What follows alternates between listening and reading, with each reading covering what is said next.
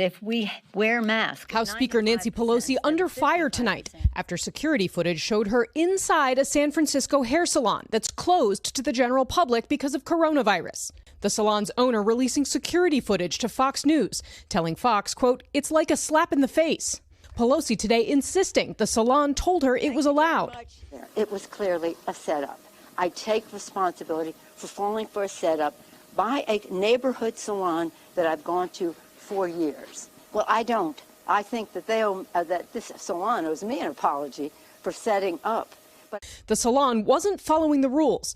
Even though indoor services are allowed by the state of California, the city of San Francisco only started allowing any hair appointments on Tuesday, and they must be outdoors. Shampooing isn't allowed, and masks are required. Pelosi was pictured without one. I just have my hair washed. I don't wear a mask when I'm washing my hair. Do you wear a mask when you're washing your hair? I always have a mask. I always have a mask. Republicans accusing Pelosi of hypocrisy.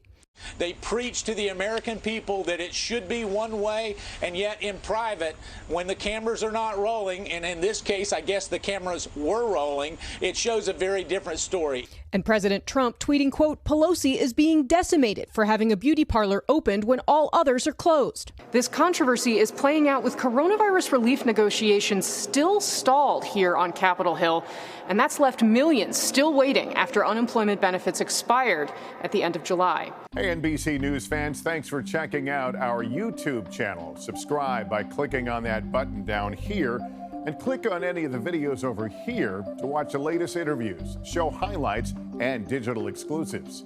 Thanks for watching.